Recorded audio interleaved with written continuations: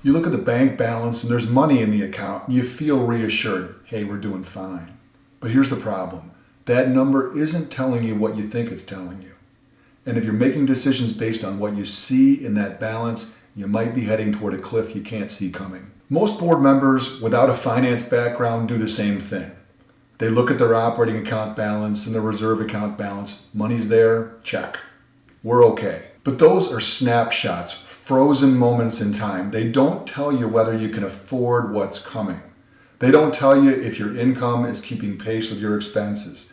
They don't tell you whether the money you're collecting today will cover the obligations you'll face in 3 years. The real questions are different. Are you actually collecting what you're owed, or are your receivables quietly growing?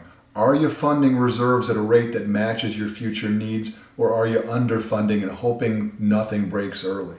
Are your operating expenses trending in a direction you can sustain, or are you slowly falling behind? If the only question you're asking is how much do we have, you're missing the story the numbers are trying to tell you. Yes, there are financial ratios that matter in community association management: reserve funding percentage, delinquency rate, operating expense per unit.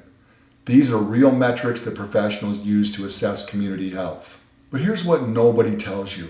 A good number in one community might be a red flag in another. A 70% funded reserve sounds healthy until you realize a major building component is failing 2 years ahead of schedule and you're about to need money you don't have.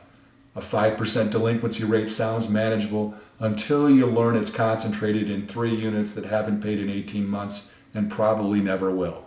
Numbers without context are just numbers. And most board members, even smart, capable ones, don't have the context to interpret what they're actually seeing.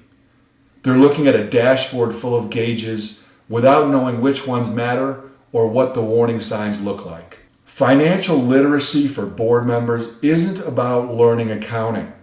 It's about knowing which questions to ask. Not how much money do we have, but what are we going to need and when? Not, are we under budget this month, but is our budget realistic, or are we just deferring costs we'll pay later? Not, what's our reserve balance, but what does our reserve study say we should have? And what's the gap? Not who owes us money, but what's our collection trajectory, and how much of what we're owed is actually recoverable? These questions don't have simple answers. They require someone who can look at the numbers, understand the context, and translate financial data into decisions. If your board is staring at financial reports and nodding along without really understanding what they mean, you're not alone.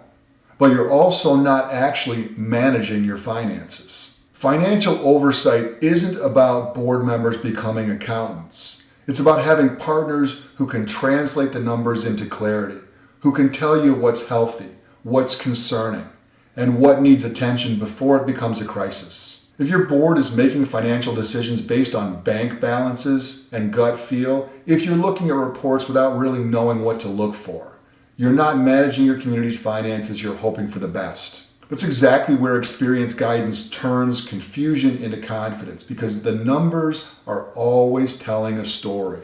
The question is whether anyone's helping you read it. At ManageMax, we know that effective community management is built on transparency and systematic excellence. We provide full-service HOA and condominium management across Southeast Michigan, handling everything from accurate financial reporting to proactive maintenance. Our goal is to reduce the burden on your board while protecting your property values. If you're looking for a partner who values accountability as much as you do, visit us at ManageMaxProperties.com. Let's build a stronger community together.